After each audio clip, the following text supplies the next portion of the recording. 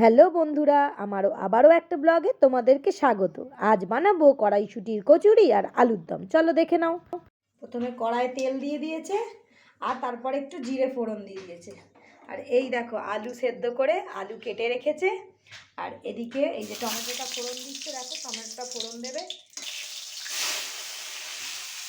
এই পর্যায়ে একটু নুন দিয়ে দেবে, তাহলে টমেটোটা তাড়াতাড়ি করে গলে যাবে। এবার দিয়ে দেবে, যে টমেটোটা গলে যাবে তখন দিয়ে দেবো একটু রসুন আর আদা বাটা, দিয়ে আবারও সেই সেম প্রসেস কষাতে হবে। আর এই পর্যায়ে তোমরা একটু চিনি দিয়ে দেবে, তাহলে না স্বাদটা ব্যালেন্স হয়ে যাবে আর কালারটাও দারুণ আসবে আলুর দমের। দিয়ে দেবো টমেটো আর লঙ্কা তো কষা হয়ে গেছে, এবারে দিয়ে দেবো একটু হলুদ গুঁড়ো। এবার দিয়ে দিলাম একটু লঙ্কার গুঁড়ো। ঝালটা তোমরা পরিমাণ বুঝেই দিও। ভালো করে কষানো হয়ে গেছে, এবার দিয়ে দেবো মটরশুঁটি। এই পর্যায়ে একটু ধনে গুঁড়ো দিয়ে দেবে, আর দিয়ে দেবে একটু জিরে গুঁড়ো।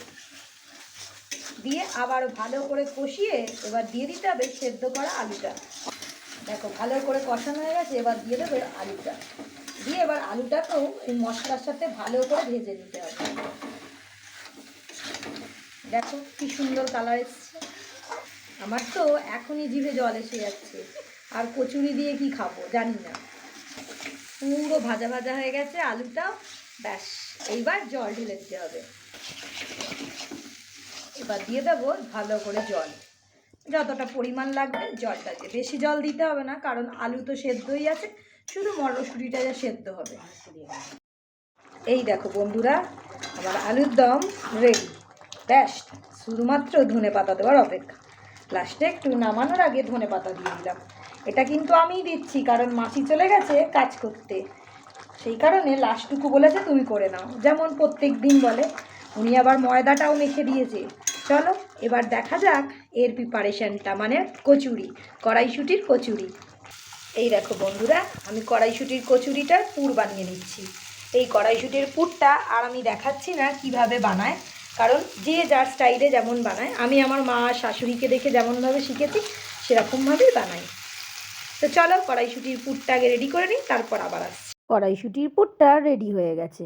চলো এবার দেখা যাক ময়দাটার কি অবস্থা। মাসি তো ময়দাটা মেখেই দিয়ে গেছিল, চলো দেখা যাক।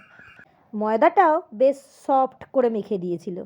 এবার চাপা দিয়ে রেখে দেবো, যখন বানাবো তখন আবার লেচি কেটে নেব। এবার লেচিটাও কেটে নিয়ে ভাবলাম পুরটা ভরে রেডি করে রেখে দিই, তখন রাতে খাবো গরম গরম ভেজে নিলেই ব্যাস রেডি কড়াইশুঁটির কচুরি। ছেলেকে পড়াতে পড়াতে বেশ অনেক রাত হয়ে গেছে, তাই কর্তামশাই বলল তুমি বেলে দাও আর আমি ভেজে নিই। প্রত্যেকটা কচুরি কিন্তু আমার এক্কেবারে টুপুর টুপুর হয়ে ফুলেছিল। তাও এই প্রসেসে বানিয়ে দেখবে তোমাদেরও সব কটা কচুরি ফুলবে আর একটুও ফাটবে না।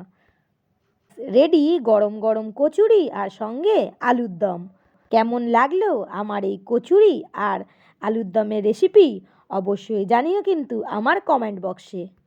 চলো টাটা, আবার দেখা হবে পরের ব্লগে।